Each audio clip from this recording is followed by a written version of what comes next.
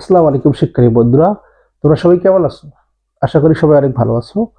আমরা আজকে একটা শিখবো জৈববিজ্ঞানের অন্যতম একটা গুরুত্বপূর্ণ টপিকস, অ্যালডল ঘনীভবন বিক্রিয়া। এই বিক্রিয়াটা অধিকাংশ স্টুডেন্টই পরীক্ষায় ভুল করে।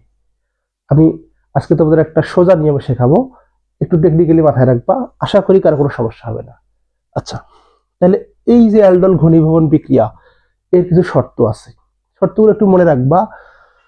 দুটি কার্বনিল গ্রুপ থাকতে হবে, কমপক্ষে একটি আলফা হাইড্রোজেন থাকতে হবে, আর লঘু ক্ষার দ্রবণ নিতে হবে।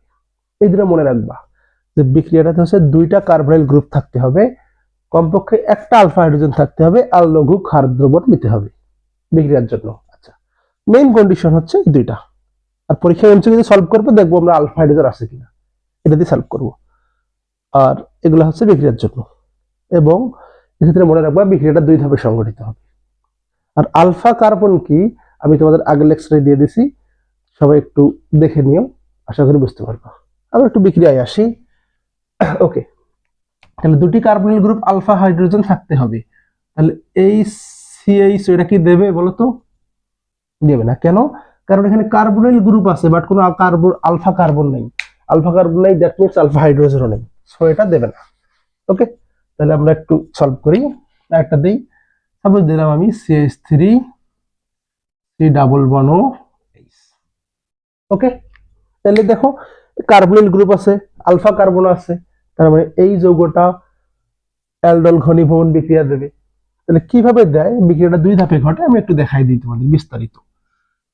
সি ডাবল বন ও পরীক্ষায় একদম যেভাবে করতেছি এভাবে বিস্তারিত করবা।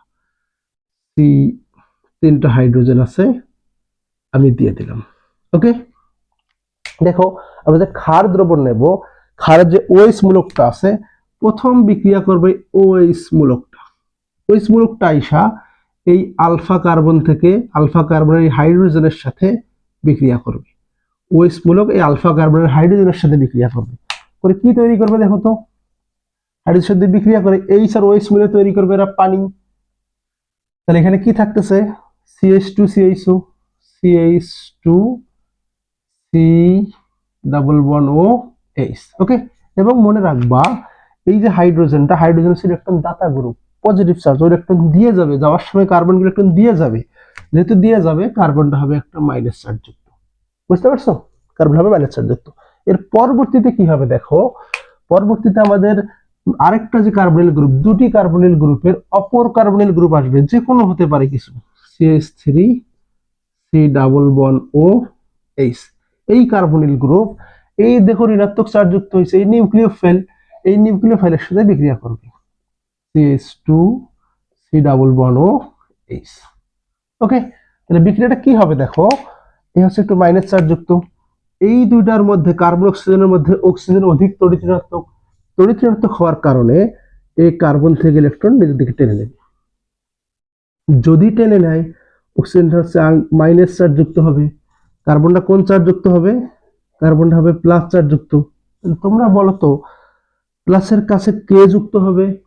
অবশ্যই মাইনাস, কারণ বিপরীতধর্মী চার্জ পরস্পরকে আকর্ষণ করে।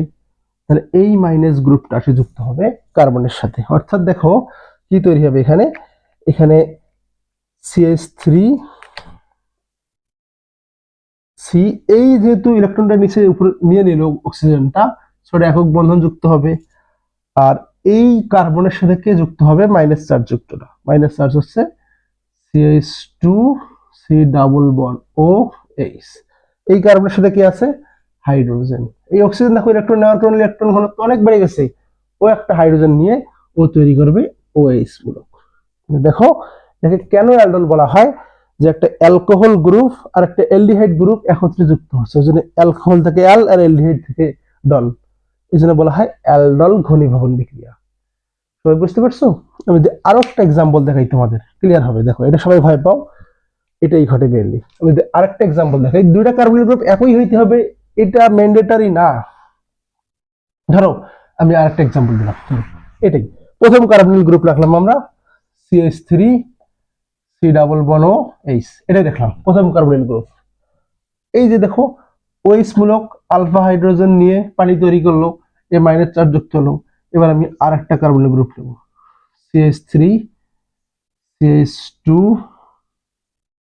CH এটা সাপোজ দিলাম, তাহলে কি হবে, এরপরে এই নিউক্লিওফাইলটা আসবে CH2 C ডাবল বন্ড ও H, আচ্ছা কি হবে, এখানে আগের মতো কাহিনী ঘটবে, এই অক্সিজেন অধিক তড়িৎ হওয়ার কারণে ইলেকট্রন টেনে নেবে, তাহলে এই যে যেহেতু অক্সিজেন ডেল মাইনাস হলো, কার্বন ডেল প্লাস, এই মাইনাসটা প্লাসের সাথে যুক্ত হয়ে যাবে, উৎপাদ কি হচ্ছে CH3 CH2 C, উপরে অক্সিজেন একটা হাইড্রোজেনকে নিয়ে তৈরি করবে OH, এখানে যুক্ত হবে, এখানে আছে হাইড্রোজেন আর বাকিটা যুক্ত হয়ে গেল CH2 C ডাবল বন্ড ও H, বুঝতে পারছো, এই হচ্ছে আমাদের অ্যালডল ঘনীভবনের বিক্রিয়া। ওকে, একটা এক্সাম্পল দেখাই তোমাদের, আচ্ছা এটা তোমরা নিজেরাই করবা, দেখি পারো কিনা, এটা পারলে আবার কমেন্ট করে দিবা। তোমাদের একটা এক্সাম্পল দেই, প্রথম বিক্রিয়া করবা CH3 CH2 C double bond ও H, এটা প্রথম বিক্রিয়াটা নেবা এটা, আর পরবর্তীতে এর সাথে বিক্রিয়া করাবা CH3 C ডাবল বন্ড ও H, এটা বিক্রিয়া করে উৎপাদ কি হয় এটা তোমরা জানাবা সবাই, আর না বুঝতে পারলে কমেন্টে জানাও, আমি আবারও চেষ্টা করব অন্য উপায়ে বোঝানোর জন্য। ধন্যবাদ সবাই।